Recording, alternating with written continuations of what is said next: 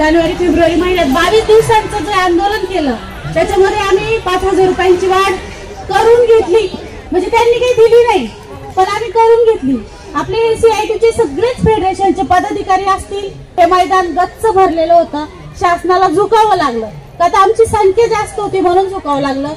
जे तुम्ही आज कर्मचाऱ्यांचं काम करतात 21 वर्षापासून झालेत कामाला लागून. आमची पण जर्नी 200 रुपयापासून स्टार्ट झाली होती तर आता जवळजवळ 13-14 हजार मिळेल. सरकार द्यायला तयार आहे का आपल्याला? पण संघटनेची एकनिष्ठ असेल, आपण त्या संघटनेचे सभासद असेल तरच आपल्याला हे शक्य आहे.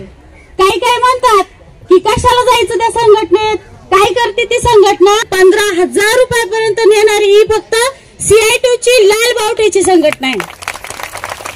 कोणता पक्ष येतो तुमच्याकडे?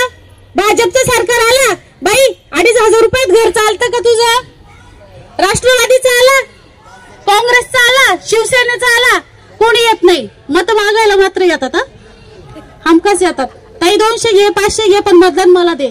आता आपण ठरवायचं मतदान कोणाला करायचं. आपले लाल बावट्याचे जे सगळे सदस्य आहेत आपल्या प्रत्येक जिल्ह्यात असेल, तालुक्यात असेल, आता विधानसभेचं मतदान येणार आहे.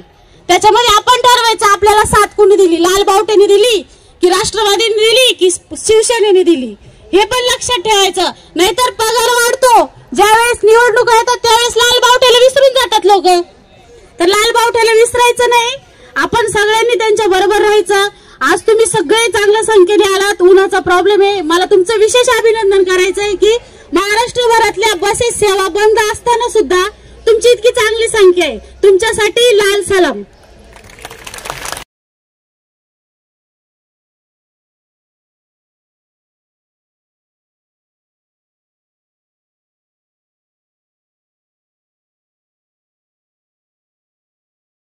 नवनवीन आणि ताज्या घडामोडींसाठी महाराष्ट्र जनभूमी न्यूजला सबस्क्राईब करा. त्याचबरोबर बेल आयकॉनवर क्लिक करा आणि मिळवा आमच्या बातम्यांचे नोटिफिकेशन्स.